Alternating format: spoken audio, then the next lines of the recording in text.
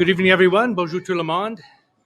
In the lead up to Budget 2025, New Democrats made it very clear that it needs to address head-on the crises facing Canadian families and invest in the programs that Canadians rely on.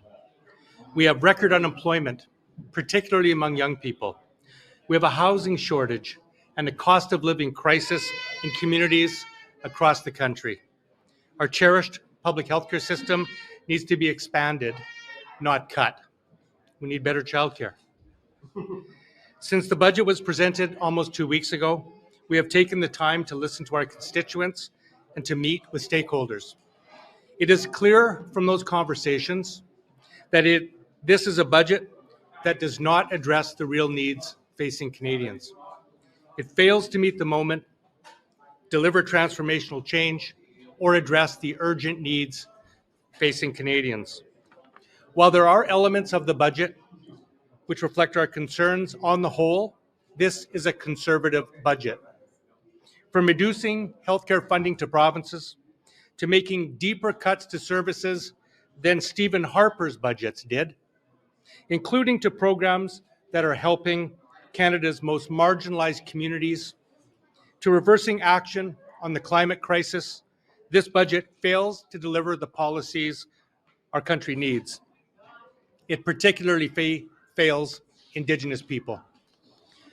But through these discussions, it became equally clear that Canadians do not want an election right now.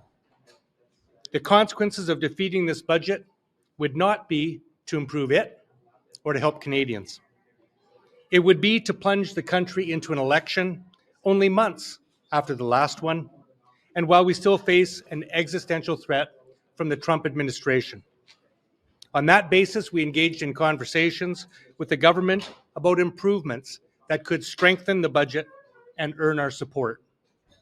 At this time, the Liberals have not been willing to make those changes.